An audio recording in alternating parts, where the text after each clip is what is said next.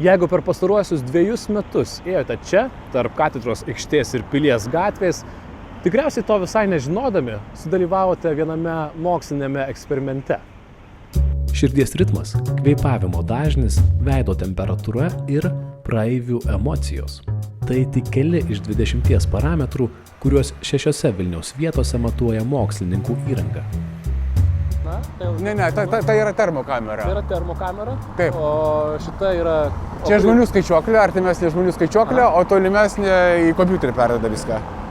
Ir maždaug kas valandą agreguojasi. Tarkim, praėjo 100 žmonių, tai po valandos yra duomenų, kad praėjo 100 žmonių, toks amžiaus vidurkis, toks, yra 5 skaičiukai, ar 10 ar 15 po valandos. Dažniausiai daro apklausą. Čia apklausos nereikia. Reikia skambina žmonėms, pildo, viskas gerai, viskas blogai. O čia gaunasi, reiškia, neuro apklausa, kaip pati iš žmogaus kūno kalba užpildo visus klausimynus. Ar tau gerai, ar tau blogai. Pagrindinis tikslas yra, kad žmonės kultūrinėse erdvėse ir senamiesčiuose jaustųsi labai gerai. Kad jiems būtų įdomu, kad renginiai efektyviai vyktų, kad jiems patiktų. Lygiagrečiai kūrima rekomendacinė sistema.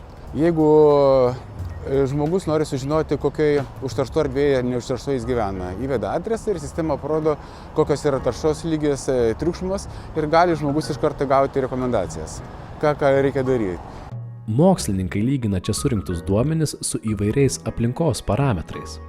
Šiuo metu turime apie 300 milijonų duomenų ir apie 100 000 įvairių koreliacijų. Tarkime, kaip vidutiniškai žmonės per 2 metus, kaip priklauso laimės lygis nuo taršos, nuo temperatūros, nuo magnetinių audrų, nuo dienos ritmo. Taip pat analizuojame duomenės visos dienos ciklu, tarkim, nuo 0 val. Iki 24 val. Kada žmonės yra laimingiausi, kadangi nuobodžiauja, kada pavargę būna ir savaitės ritmu, reiškia analizė įvairiausiais pjūviais atliekami. Pavyzdžiui, jeigu didelis vėjo greitis, tai žmonės nelabai yra laimingi, jeigu magnetinės audros yra, taip pat yra nelabai gerai. Drėgnumas žmogui, kaip ir vidaus patalpose, nuo 40 iki 60% yra geriausias.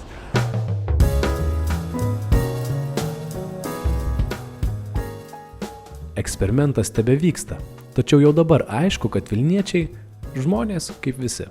Vidutinis vilnietis yra laimingas iš ryto ir vakare. Darbo metu reikia spręsti daugybę problemų, ne visi darbai žmogui patinka, jis būna stresuotas, nuliūdęs, problematiška.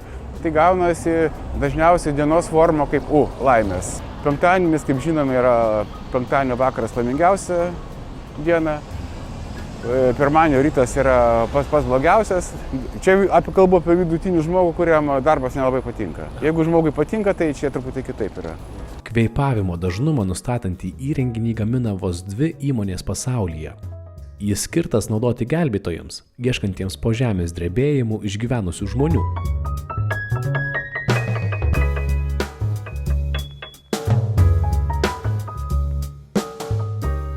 Kvėpavimo dažnis perėjoje matuojamas 5 metrų spinduliu.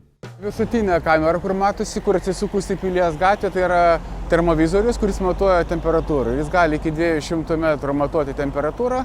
Reiškia, jis išskiria žmogaus veidą iš aplinkos, iš mašinų, iš namų ir matuoja grynai žmogaus temperatūrą nuasmenintą.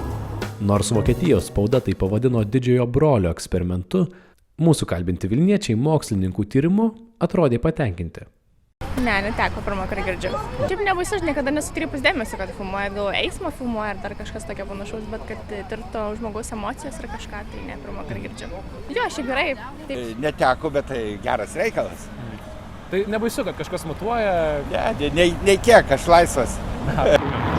Žinom, čia aš netoli gyvenu, tai dažnai praeinu.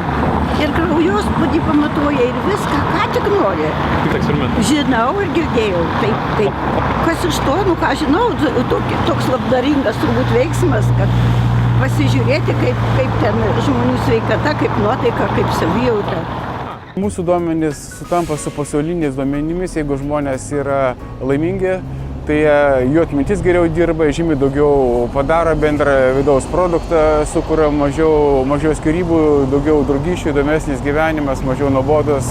Tai sutampa su pasauliniam ir dabar perinam prie antros dalies, tai rekomendacijų teikimas. Kada, kur, kaip, ką žmogus turi daryti, kad jis žymiai efektyviau gyventų.